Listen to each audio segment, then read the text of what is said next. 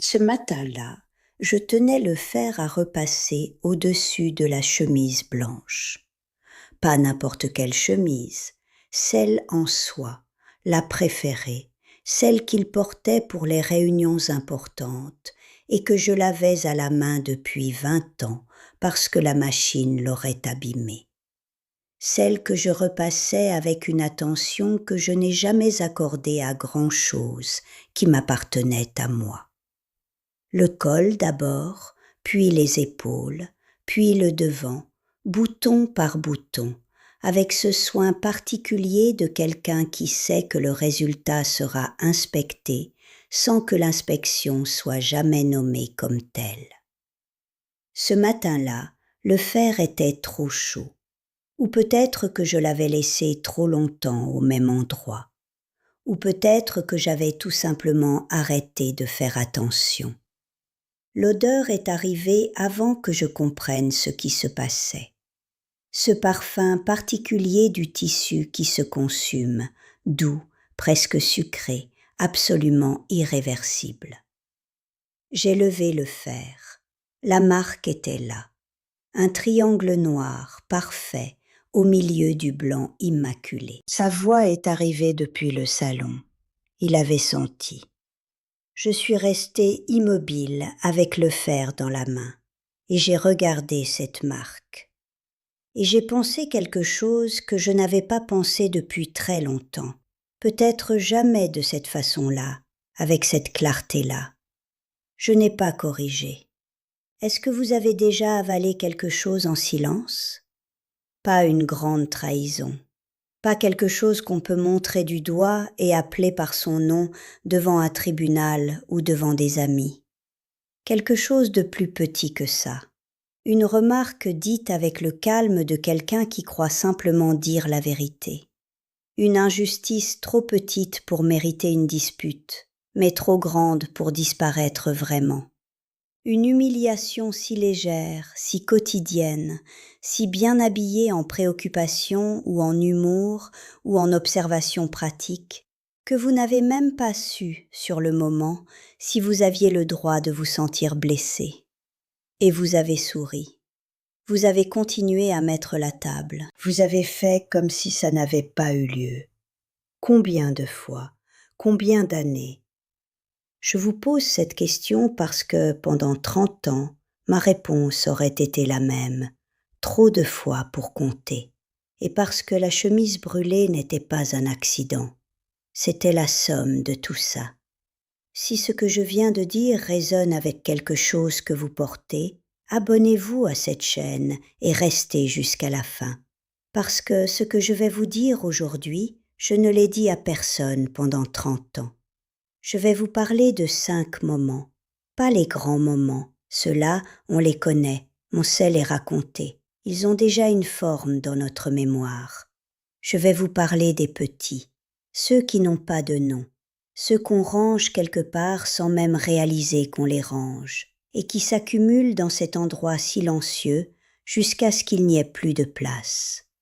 Le premier, c'était un dîner avec des amis. Nous étions 6 autour de la table.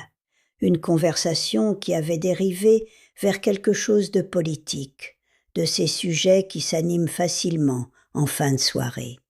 J'avais quelque chose à dire, une observation que j'avais tournée dans ma tête pendant que les autres parlaient, quelque chose de juste, je le sentais, quelque chose qui méritait d'être dit. J'ai ouvert la boca. Et je l'ai refermé, pas parce qu'il m'avait interrompu, pas parce qu'il avait fait quelque chose, parce que j'avais appris, sans que personne me l'enseigne explicitement, à lire l'atmosphère autour de lui avant de parler, à sentir si le moment était le bon, à calculer en une fraction de seconde si ce que j'allais dire allait créer une tension que j'aurais ensuite à gérer. Ce soir-là, le moment n'était pas le bon. Je ne sais plus ce que j'aurais dit. Je ne me souviens plus de l'observation que j'avais. Ce que je me rappelle, c'est la sensation de la refermer, de la rentrer, de la ranger, de faire comme si elle n'avait pas existé, et de sourire quand quelqu'un d'autre a dit quelque chose d'assez proche, quelques minutes plus tard, et a reçu l'approbation de la table. Cette opinion-là, je l'ai gardée pour moi, comme beaucoup d'autres. Le deuxième, c'était un almosso avec une amie d'université que je ne voyais plus assez souvent, le genre d'amitié qui résiste au temps, mais qui souffre de la distance et des agendas et de toutes les raisons qu'on trouve pour remettre à plus tard les choses qui nous font du bien. Nous avions finalement fixé une date. J'avais même acheté quelque chose à lui offrir, un petit livre qu'elle aurait aimé, j'en étais certaine. Ce matin-là, il était de mauvaise humeur. Pas pour une raison précise, cette irritabilité diffuse qui n'a pas d'objet identifiable et qui pour ça est plus difficile à gérer que la colère déclarée. La maison avait une atmosphère particulière que j'avais appris à reconnaître comme un signe que la journée allait demander de la prudence. J'ai appelé mon amie. Je lui ai dit que je ne me sentais pas bien, que je devais annuler. Elle a dit que ce n'était pas grave, que nous reprendrions une autre fois. Il ne savait pas que j'avais annulé. Il ne m'a pas demandé où j'allais. Dans l'après-midi, il s'est installé dans son fauteuil et a regardé un match. Je suis restée dans la cuisine avec le livre que je n'avais pas offert. Le troisième, c'était une chose dans une vitrine.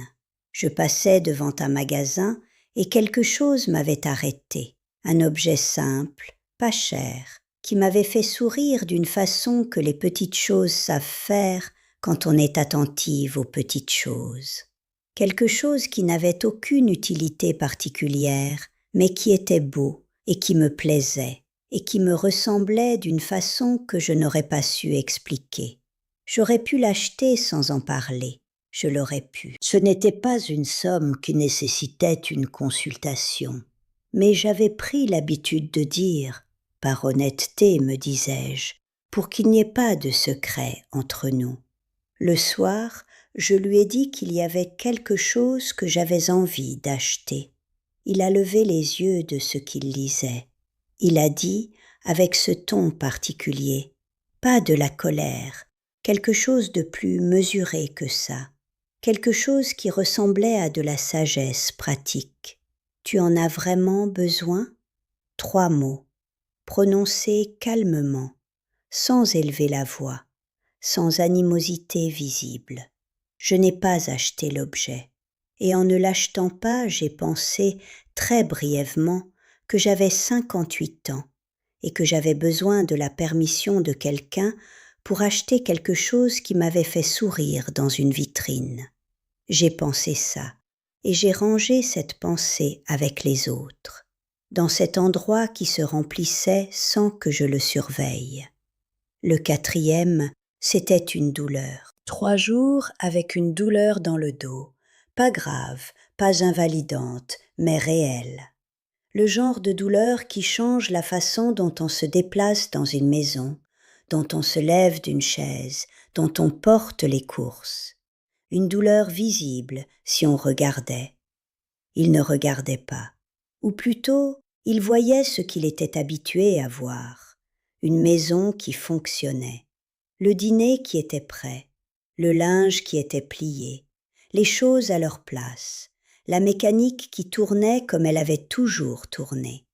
Je n'ai pas dit que j'avais mal, pas parce qu'il m'en aurait empêché, il ne m'en aurait pas empêché, mais parce que dire que j'avais mal, c'était attirer l'attention sur moi d'une façon qui me semblait presque indécente, comme si ma douleur était une interruption dans le programme, comme si signaler que j'existais physiquement, que mon corps avait ses propres besoins, ses propres limites, était une forme d'impolitesse. Le 3e soir, il a dit que le dîner était bon. Je lui ai dit merci, et j'ai continué à avoir mal en silence jusqu'à ce que ça passe tout seul. Le 5e, c'était une bonne nouvelle. Quelque chose d'agréable m'était arrivé ce jour-là, quelque chose de petit, mais de réel, le genre de chose qui vous fait sourire toute seule dans la cuisine en faisant la vaisselle. Je voulais le partager. C'est une impulsion humaine et simple, Quand quelque chose de bon arrive, on cherche quelqu'un à qui le dire. Je suis allée dans le salon. Il était au téléphone. J'ai attendu dans l'encadrement de la porte. La conversation a duré 10 minutes, peut-être 12. Quand il a raccroché, il a posé le téléphone sur la table et pris la télécommande. Je suis repartie dans la cuisine. La bonne nouvelle, je l'ai gardée pour moi. J'ai rappelé une amie le lendemain et je la lui ai racontée. Et elle a été contente pour moi d'une façon qui ressemblait exactement à ce que j'avais cherché ce soir-là dans le salon. Et en raccrochant, j'ai pensé quelque chose de simple et de douloureux à la fois. Pourquoi est-ce mon ami qui joue ce rôle et pas l'homme avec qui je partage ma vie depuis 30 ans? Je n'ai pas trouvé de réponse ce soir-là, mais la question, elle, ne s'est plus tue.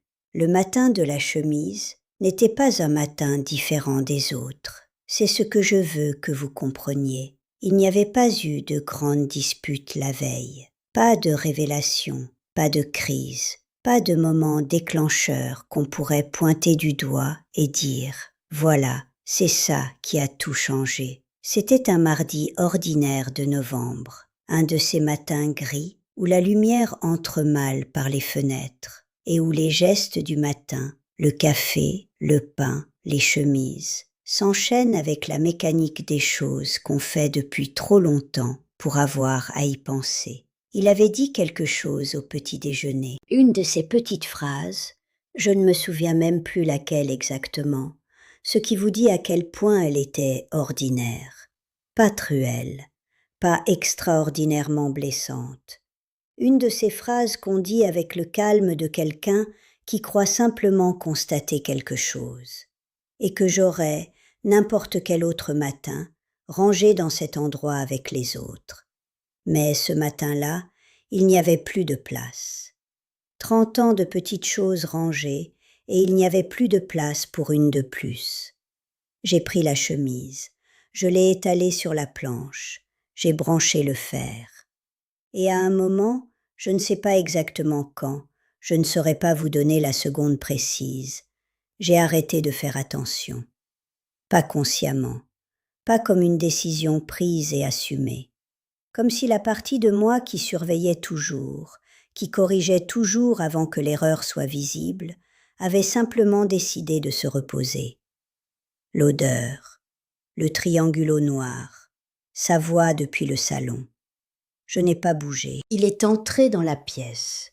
Il a vu la chemise. Il a dit quelque chose. Je l'ai entendu, mais je n'écoutais pas vraiment. J'étais occupée à regarder la marque avec une attention que je n'avais pas eue pour moi-même depuis des années. Il a demandé comment c'était possible, si je n'avais pas fait attention. Est-ce que je me rendais compte de ce que cette chemise avait coûté? J'ai dit que je m'étais distraite. C'était vrai. Je m'étais distraite. Pour la première fois depuis très longtemps, je m'étais laissée distraire de lui par moi-même. Il est reparti. La journée a continué. Rien n'avait changé de l'extérieur. Mais quelque chose s'était ouvert. Pas une porte en grand, 1 centimètre. Une fissure dans quelque chose qui avait été parfaitement, impeccablement, épuisamment fermé depuis trop longtemps.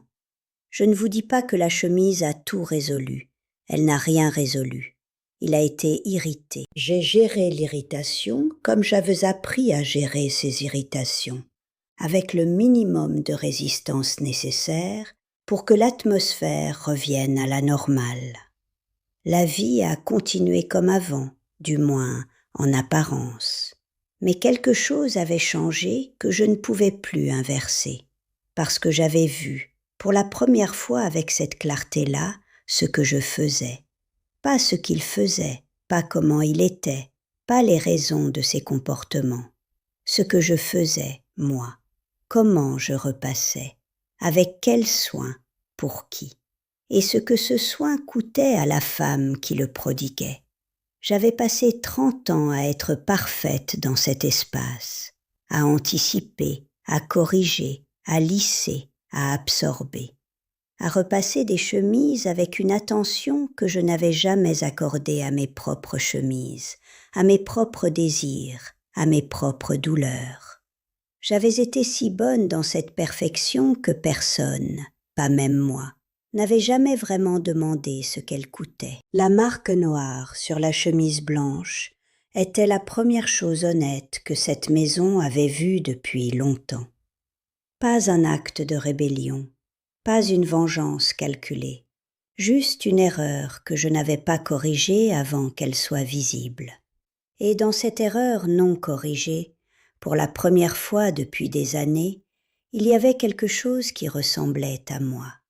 Dans les mois qui ont suivi, j'ai commencé à voir les sédentias. Pas toutes, pas d'un coup, je n'avais ni l'énergie ni la clarté pour ça, mais certaines. La prochaine fois que j'ai fermé la bouche avant de parler, je l'ai remarqué. La prochaine fois que j'ai annulé quelque chose pour moi pour gérer l'atmosphère, je l'ai remarqué. La prochaine fois que j'ai rangé une bonne nouvelle parce qu'il était occupé, je l'ai remarqué. Je ne les ai pas toutes arrêtées immédiatement. Ce n'est pas comme ça que ça fonctionne, pas après 30 ans. Mais les voir, les nommer pour moi-même, les reconnaître comme des choix et non comme des inévitabilités, ça a changé quelque chose. Lentement, profondément. Une fenêtre qui s'ouvre 1 centimètre à la fois. Maintenant, je vous pose la question. Quelle est la chemise que vous repassez encore, avec tout le soin du monde, avec cette attention particulière que vous n'accordez à rien qui vous appartient, pour quelqu'un qui ne vous a jamais demandé ce que ça vous coûte? Pas forcément une vraie chemise, peut-être une opinion que vous gardez, un plan que vous annulez, une douleur que vous taisez, une bonne nouvelle que vous rangez parce que le moment n'est jamais le bon. Quelle est votre chemise? Dites-le dans les commentaires. Pas pour moi, pour vous. Parce que nommer ces choses, les sortir de l'endroit silencieux où elles s'accumulent depuis des années, c'est déjà commencer à faire de la place pour autre chose. Et si cette vidéo a mis des mots sur quelque chose que vous portiez sans pouvoir le nommer, partagez-la avec une femme qui repasse peut-être, ce soir, une chemise qui n'est pas la sienne. Elle mérite de savoir qu'elle n'est pas seule.